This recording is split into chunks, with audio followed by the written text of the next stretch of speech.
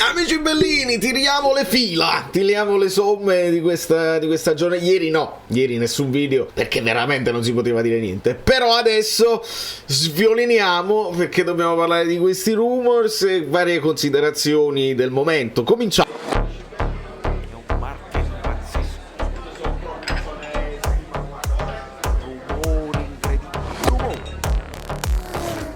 Allora,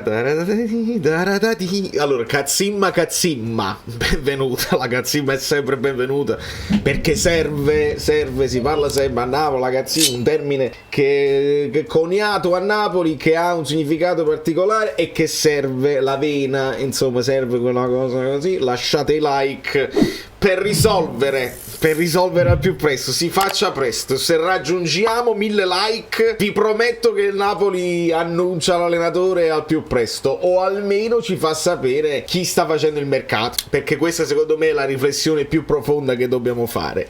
Allora, perché Garcia? Perché Rudy Garcia? Facciamo un po' di riflessioni. Ambrabam tattico, ci spostiamo da questa parte perché ci sono un po' di riflessioni da fare. Vorrei partire però, che Italiano ha parlato col commisso domani conferenza stampa, vorrei partire da questa situazione che è no, non è questa, è quest'altra che poi porta a quell'altra. Cioè c'è stata un'intervista a Frank Zambo Anghissà per il quotidiano Marca, se non vado errato, e questo è un passaggio. È stata lunga l'intervista, ma solite cose, sono contenti per i tifosi che se lo meritavano, eccetera eccetera. Poi dice pure una cosa Anghissà, dice: abbiamo spinto un po', è bastato spingere un pochino e abbiamo vinto. Grandi rumori incredibili, è proprio Anghissà in tutta la sua essenza, no? Spingo un po', questo è il più forte di tutti.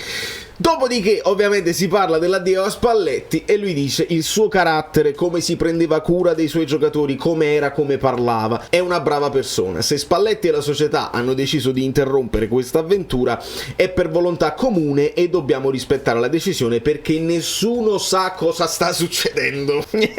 Non lo sanno dall'interno, i giocatori non sanno quello che sta succedendo. Rispettiamo Spalletti perché quello che ha fatto è incredibile e sono triste, e io condivido quello che dice chissà. Sono triste perché prendiamo un grande uomo. Non sto parlando dell'allenatore, parlo del lato umano. Chi arriverà in panchina, non parlo delle voci, deciderà la società cosa è meglio per la squadra. Il mio lavoro è giocare, dare il massimo in campo, non ho altra scelta. Non c'è altra scelta, destini forti, uomini forti, non ho altra scelta. Non ho niente da dire perché non decido io l'allenatore, quindi se sarà spagnolo o italiano non mi interessa, perché il mio compito è dare il massimo per la squadra, eccetera eccetera. Ora a questo leghiamo il discorso che è la mia domanda, che è la domanda che faccio anche a voi nei commenti: chi sta facendo il mercato? Perché se pensiamo che probabilmente l'allenatore è una figura che ADL può scegliere in prima persona, anche senza necessariamente consultarsi con il direttore sportivo, il che non adoro, perché è meglio quando ti confronti con uno che sta sul campo tutti i giorni e che sa, ok, se prendi questo allenatore io mi vado a proiettare su certi profili, allenatori che vogliono una squadra più fisica. Se tu prendi uno Juric e non gli devi andare a prendere il piccolino che è tutto scattante, gli devi prendere uno che fa i falli. Quindi è bene lavorare in concerto con il DS. Però se per l'allenatore è così, dobbiamo capire cosa succede sul mercato, e anche il mercato si sviluppa in base poi alla scelta dell'allenatore. Chi sta trattando i vari giocatori qualora, dobbiamo essere pronti, dobbiamo essere preparati qualora andasse via Kim, se qualcuno paga la clausola. E anche sulla clausola non è chiaro, perché qualcuno ci ha detto 60 milioni, all'epoca invece dell'acquisto si diceva 45, due cose molto diverse. Il mio addetto stampa dice no, ma quello forse la clausola era solo per il Manchester United, se adesso si inserisce il Newcastle è un altro paio di maniche, perché Manchester United ha speso dei soldi per comprare un altro difensore centrale. Dobbiamo attendere, sta facendo il servizio militare e dobbiamo attendere. Però se parte lui è una cosa, poi se parte Osimhen ne è un'altra, devi essere pronto. E se parte Osimhen,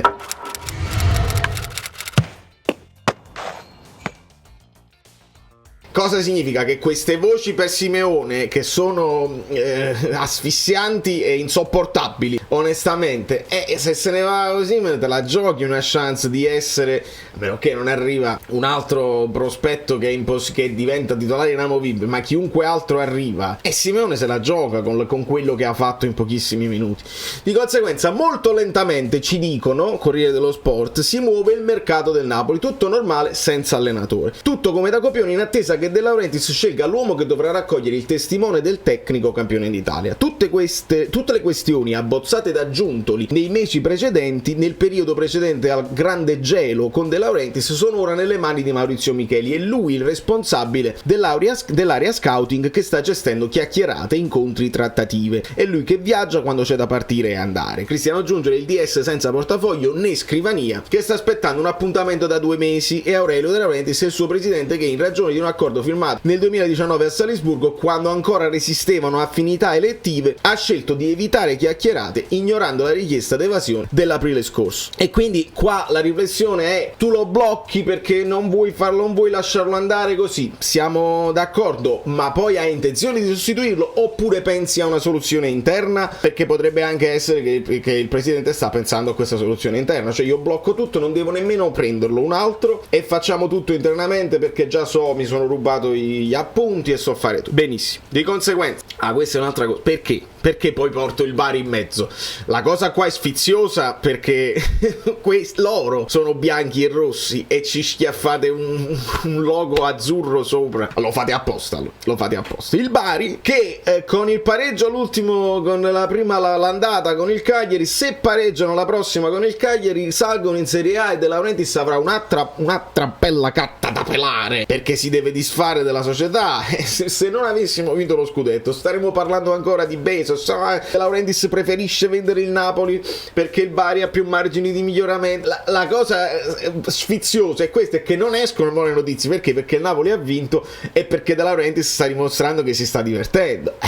Dovevate ascoltarmi tempo fa, quando voi dicevate io ci credo, sognare è lecito, sta arrivando Amazon. No. Con Amazon le bottiglie di spumante non si vende la società, e quindi più facile probabilmente che arrivi un'offerta per il Bari che è più vendibile. Al momento il Napoli è difficile secondo me da avere, quindi un'altra carne a cuocere, che sta tutto nelle mani di De Laurentiis. Deve essere un periodo tostissimo per lui, e io veramente mi metto nei suoi panni, e non è facile. Se poi hai deciso veramente di fare tutto da solo e di non farti consigliare, di non farti aiutare, è tosta. Si sta prendendo una bella responsabilità, e secondo me è importante fare il più in fretta possibile. Il 27 giugno che ci ha detto De Laurentiis, secondo me, è far passare troppo tempo e dare un vantaggio alle altre squadre sul mercato e farli organizzare per cercare di recuperare quel gap importante che ha messo il Napoli con le altre squadre italiane. Veramente sarebbe un peccato. Però se noi già risolviamo, e qua De Laurentiis non ha bisogno probabilmente nemmeno di risolvere il DS, lo sceglie lui, e risolviamo almeno la questione allenatore, noi mettiamo un puntino importante. E se l'allenatore ha anche un profilo internazionale molto importante, non gli dai sicuramente le mansioni da manager alla Benitez, però ti può fare qualche suggerimento, ti può dire: guarda, ho visto il Napoli, secondo me se mi vendi questo mi devi prendere quest'altro,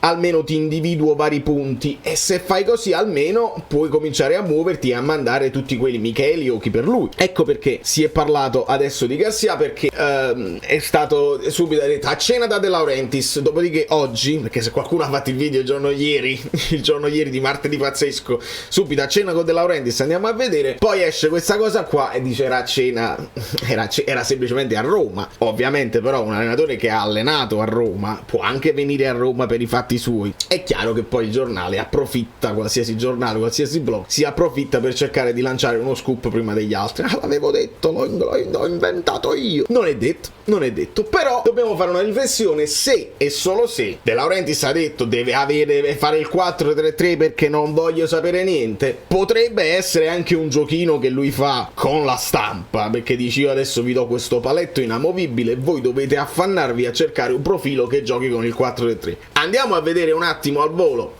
quello che significa Rudy Garcia. Ho preso parti della sua carriera. Prima di tutto l'ultima notizia quando scrivi Rudy Garcia ovviamente è questa: non è più il tecnico alla guida della squadra saudita Al Nassr. Come riporta Marca, secondo lui l'ex allenatore della Roma sarebbe stato esonerato per gli scarsi risultati dell'ultimo periodo e il pessimo rapporto con la spogliatoio, Cristiano Ronaldo compreso. Quindi ha allenato lì, poi sono arrivati, insomma, se stanno secondi, non lo so nemmeno se è finito, ci interessa poco perché quello non è un campionato allenante e non lo prendo nemmeno in considerazione come esperienza. L'ha fatto un'esperienza fuori dalle righe. A me interessa più quello che ha fatto in Italia, e in Italia qua guardate come poi il destino è beffardo. Adesso è ufficiale, Garcia non è più l'allenatore della Roma. Ricordiamo però anche le cose buone: Garcia arriva secondo al primo anno con la Roma. Adesso è ufficiale, Garcia non è più l'allenatore della Roma. La AS Roma rende noto di aver sollevato dall'incarico il responsabile tecnico della prima squadra, Rudy Garcia, e gli assistenti, ha dichiarato la società. Garcia nel frattempo è arrivato a Trigoria dove l'aspettava Sabatini, perché non prendiamo Sabatini? Tutte figure che sono troppo ingombranti probabilmente per De Laurentiis. Sta salutando tutti i dipendenti, l'allenamento Alberto De Rossi, a nome mio ringrazio bla bla bla bla bla bla bla. Questa è la cosa. E chi arriva? Arriva Spalletti. Comincia quindi l'era Spalletti, che arriverà domani a Fiumicino. Decisivo è stato l'incontro a Miami con Pallotta, proprietario del club, contratto di 1 anno e mezzo per il tecnico toscano che aveva già allenato il Giallorossi dal 2005. Finisce così dopo 2 anni e mezzo l'avventura in panchina, avventura compromessa da risultati sempre più deludenti col passare del tempo, culminati con la sola vittoria nelle ultime 10 partite ed uno scollamento sempre più evidente con l'ambiente inteso non soltanto come società. Questo è Rudy Garcia nel finale della sua esperienza. Dopodiché andiamo a vedere al volo se ci dobbiamo fidare, diciamo sempre se ci vogliamo fidare di Transfer Market, perché poi molto spesso sulle app scrivono un modulo e non è detto nemmeno che sia quello. Però fidiamoci per un attimo, perché se li scrivono così, guardate, questo è il periodo per esempio del 2019-2020 quando allenava il Lione, e guardate 5-4-1, 4-2-3-1, 3-4-1-2, 3-4-1-2, 3-5-2, vedete, poi dopo arrivo 4-1-4-1, 4-3-3, 3-5-2, 3-4-1-2, insomma tutti i moduli possibili e immaginabili, questo con il Leone. Dopodiché quando era alla Roma, per esempio in questo periodo nel 2014, 4-2-3-1, 4-3-3, 4-3-3, 4-1-4-1, 4-3-3, che poi il 4-1-4-1 è un 4-3-3 in fase difensiva, 4-3-2-1 albero di Natale, 4-3-1-2 rombo. Insomma mi sembra un allenatore che può decidere, non l'ho visto, non me lo ricordo, non lo studiavo, però magari può decidere di adattare la sua squadra e il modulo anche in base all'avversario. Dobbiamo però sempre riflettere: sei una squadra che impone il proprio gioco contro qualunque avversario, oppure ti senti che devi, l'allenatore è bravo, deve capire quando, deve capire il quando sei incudine batti e quando sei martello batti, quando sei incudine statti e quindi ti adatti. Quante rime, lasciate un like per le rime baciate. Insomma, questo è un allenatore che se gli dici fa il 4-3-3 probabilmente lo fa, ma l'allenatore bravo che voglio io, l'allenatore esperto che voglio io, è lui che decide in base alla squadra, si guarda la rosa e dice questa squadra funziona bene con il 4-3-3, oppure questa squadra se ha dei problemi la possiamo fare 4-4-2 che diventa un 4-2-3-1. È facile, i numeretti veramente servono a poco e che credo che anche De Laurentiis ormai lo sappia. Quindi questo non deve essere un paletto che ti dice ok, Conte non può venire perché fa solo la difesa a 3, Inzaghi non può venire perché fa solo la difesa a 3. Se l'allenatore è bravo, l'allenatore capisce la rosa e sa mettere i giocatori in campo al meglio. Dici dove lo metti Kvara nel 3-5-2? Lo puoi mettere anche a fianco alla punta un pochino più lunga e perdi poi Politano e Lozano, e potrebbe essere anche un vantaggio. Fai andare Di Lorenzo a tutta fascia, un Mario Rui meno compiti difensivi, lo fai andare a tutta fascia, però poi devi comprare altri 3 centrali perché avresti Juan Jesus, Ostigard e Rachmani e ne devi comprare altri 3 per sistemare poi la difesa a 3. Quindi non è facile ipotizzare un cambio di modulo al momento, però lo dobbiamo tenere presente.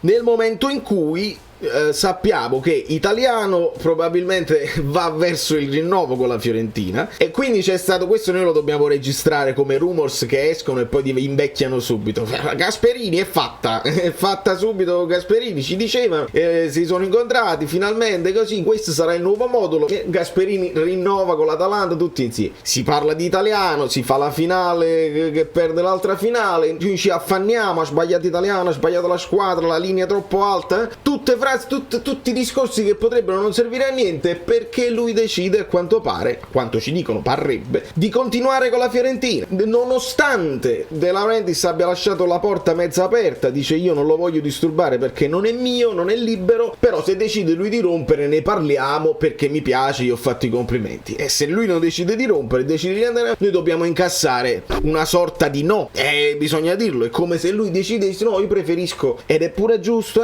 pure tu magari non si sente pronto per il grande salto, vuole fare un'altra esperienza a Firenze, giustissimo, si apprezza, e poi magari diventa appetibile più in là. Va benissimo. Noi la riflessione che possiamo fare sugli allenatori è questa qua, perché ne parlavamo, facevo una riflessione con Guido, perché si sta dicendo sempre: ma quello De Laurentiis gli allenatori non li sbaglia. Facciamo un attimo una riflessione volante, perché prima direi ovviamente Ventura, e onestamente su Ventura io non ho ottimi ricordi, però seguivo poco e quindi così. Donadoni Reia bene, perché Reia bene, Donadoni meno bene, e però De Laurentiis dice: ma Donadoni non l'ho scelto io. Vabbè, ma sempre tu poi l'hai ingaggiato. Per quanto riguarda Mazzarri, secondo me dobbiamo dire bene, perché Mazzarri fa cose ottime e arriva anche poi al secondo posto. Si può dire bene di Benitez, perché comunque ci fa fare un salto di qualità importante. E poi avevamo il grande dubbio: passiamo da Benitez internazionale, andiamo a Sarri, che è una scommessa che però gioca bene. Sarri bene già dal primo anno, quindi molto bene. Dopodiché via Sarri, che era la scommessa, arriva l'allenatore titolato e dici: dai, è fatta così. E non bene, perché Ancelotti non bene, quindi non proprio tutti gli allenatori sono andati benissimo a Napoli. Ancelotti non bene, poi arriva Gattuso, che io ritengo abbia fatto bene viste le condizioni in cui si è trovato la squadra, ci porta una Coppa Italia a casa, e poi dopo succede quello che succede, che è storia nota. Però io dico bene, il resto dei media dice male, quindi non è possibile che i media dicano male di Gattuso,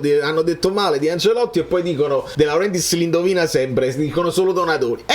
Non mi trovo, non è possibile. E quindi poi dopo Gattuso, Spalletti molto bene, nonostante qualcuno abbia detto che l'anno prima l'ha sbagliato lui, eccetera eccetera. Mertens va benissimo, però molto bene, perché adesso ha portato lo scudetto. Di conseguenza questa è la situazione al momento del Napoli. Continuo io a pensare che la situazione ideale sarebbe di scegliere un DS, di mettersi a tavolino e di parlare del futuro, e di decidere poi un allenatore e lasciarlo però magari in pace per 3 anni, perché se tu crei una situazione gli devi dare anche la sicurezza e non la pressione di dover vincere per forza in Italia, che non è scontato anche con la squadra più forte, essendo noi il Napoli, e nemmeno dargli la pressione adesso devi vincere la Champions League, perché così a queste condizioni secondo me non viene nessuno. Non è più, questa è importante la differenza, non è più il Napoli che se vieni e vinci sei un mostro, e se non vinci non ha vinto nessuno, vincere a Napoli è difficile. Questo è il Napoli dove Spalletti ha vinto, dove ADL ha vinto e dove Giuntoli ha vinto. Quelli che devono arrivare adesso hanno una betta galla da perare, perché adesso ti devi confermare, e se fai male il primo anno io sarò pompiere e cercherò di aiutare l'ambiente e la squadra senza dare giudizi trancianti troppo in fretta. Però il resto dell'ambiente si sa, ci saranno le vedove di Spalletti, e tu dici: Spalletti invece a quest'ora, l'anno scorso le avevamo vinte e quest'anno le cominciamo, sarà quindi in questo momento non è facile la situazione del Napoli, ragazzi. ADL deve risolvere prima una cosa, la situazione del Bari, subito togliersi questa cosa addosso, perché se no si perde tempo, i ricorsi, le deroghe, i rinvii, e ti vuoi mantenere le due squadre, male, crei solamente altre polemiche. Non ne abbiamo bisogno di altre polemiche nel campionato italiano. Risolvere prima qui. Poi per me risolvere il DS, così ti dà una mano nella scelta dell'allenatore, non è solo responsabilità tua, anche se De Laurentiis si fa sapere che probabilmente vuole fare da solo. Dopodiché quando arriva l'allenatore, fare subito il mercato e decidere di aggredire un pochino, perché il Napoli questa volta ha molti introiti per il cammino in Champions, per la qualificazione alla Champions prossima, per la vittoria dello scudetto, e dovresti avere anche un po' più di appeal rispetto ad altre squadre che magari il progetto, e adesso il Napoli può dimostrare di avere il progettone, e aggredire un pochino di più il mercato. È una squadra che se non vendi nessuno devi solamente puntellare, metti qualcuno a destra un po' più performante, metti delle riserve a centrocampo che sono più affidabili, magari ci ragioni sul terzino sinistro. Se però ovviamente vendi dei punti fondamentali come Kim e Osimhen, devi aggredire il mercato se vuoi rimanere competitivo l'anno prossimo. Da New York, Valerio fluido e tutto. Fatemi sapere se Rudy Garcia vi convince. Dopodiché non è detto assolutamente che sia lui, non si sta parlando di Emery, per esempio, non se ne sta parlando, e secondo me perché adesso fanno uscire Zidane, ma l'ho detto già io con il giochino della tier list. Zidane sarebbe la madre del creatore, ma sono profili come lui, come Klopp, come Guardiola e Simeone che sono troppo ingombranti per al di là dell'ingaggio. Sembra una parrucca, ma non è vero, perché vedi cambia. Ah, ma no, che bello, io me li fai. Sono Saveri da soli. Dobbiamo arrivare a 20.000 iscritti, di cortesia, perché questo è l'anno. Avete lasciato i like. Niente più, dai, basta, sei cringe. Quante cose.